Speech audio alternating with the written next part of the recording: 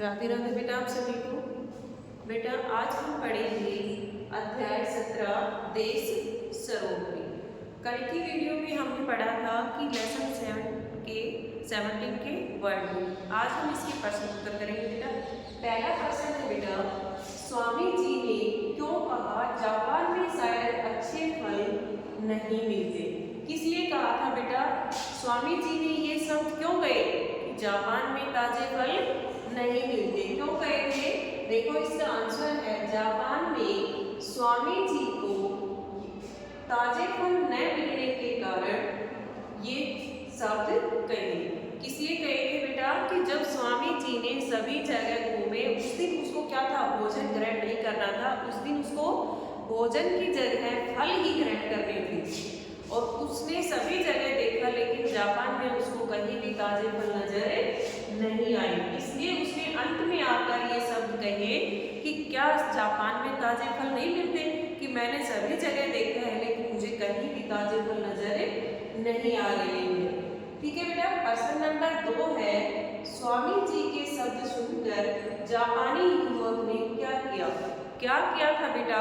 जब स्वामी जी ने railway station पर ये शब्द अपने मुख से निकाले तो एक वहां पर एक युवक खड़ा था, उसने उसके ये शब्द सुने तो उस युवक ने उसके लिए क्या किया? क्या किया था बेटा? कि स्वामी जी के शब्द सुनकर युवक ने स्वामी जी के शब्द सुनकर जापानी युवक ताजे फलों का टोकरा लेकर आया। क्या किया कि जब उसने युवक ने स्वामी जी से पूछा तक भी नहीं कि स्वामी जी आपको क्या चाहिए, वो उसके पास खड़ा था, वो अपनी औरत, उसकी जो वाइफ है उसको रेलवे स्टेशन पर छोड़ने आया था, तब उसने ये शब्द उसके मुख से निकले स्वामी जी के और उसने सुन लिए उसके। तो सुनते ही उसने क्या किया, वहां से वो गया और वो क्या किया, उसने ताजे फलों का टोकरा लेकर स्वामी जी के पास आया। ठीक है। युवक ने फलों का मूल्य क्या बताया था? क्या बताया था बेटा? कि युवक ने जब स्वामी जी के शब्द सुने तो वो क्या किया, उसने युवक ने स्वामी जी को फलों का टोकरा लाकर दे दिया। तो युवक ने, स्वामी जी को नहीं पता था कि युवक है ये फल बेचने वाला है या कोई साधारण युवक है। तो स्वामी जी ने उसको समझा कि शायद ये कोई फल बेचने वाला ही है।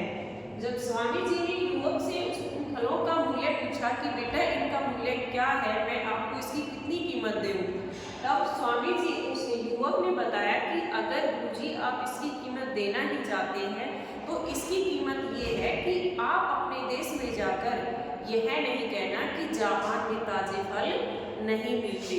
ठीक है। तो युवक ने फलों का मूल्य बताया कि आप अपने देश में जाकर यह नहीं कहना कि जापान में ताजे फल नहीं मिलते। बेटा इस अध्याय से, इस पाठ से हमें यह शिक्षा मिलती है कि हमें अपने देश के प्रति ऐसे सर्वोपरि होना चाहिए, ऐसे समर्पित होना चाहिए कि हम भी अपने देश के लिए ऐसे ही समर्पित रहें, अपने देश की किसी से बुराई न सुने। और जब कोई ऐसी बात कहता है तो हमें अपने देश के लिए अपने आप को समर्पित कर देना चाहिए। उसने उस युवक ने अपने देश के लिए ऐसा ही किया कि उसके देश की जब बुराई हो रही थी तो उसने यही स्वामी जी को इसका मूल्य बताया कि सर, स्वामी जी, गुरु जी, आप अपने देश में जाकर नहीं कहना कि वहां पर ताजे फल नहीं मिलते। ठीक है बेटा। वो अपने देश के प्रति समर्पित था। तो बेटा आपको ये क्वेश्चन अपनी फेयर नोटबुक में राइट करने हैं। बेटा बिल्कुल साफ राइटिंग में होने चाहिए। ठीक है। और इनको लर्न करने हैं। ठीक है बेटा। राधे राधे बेटा।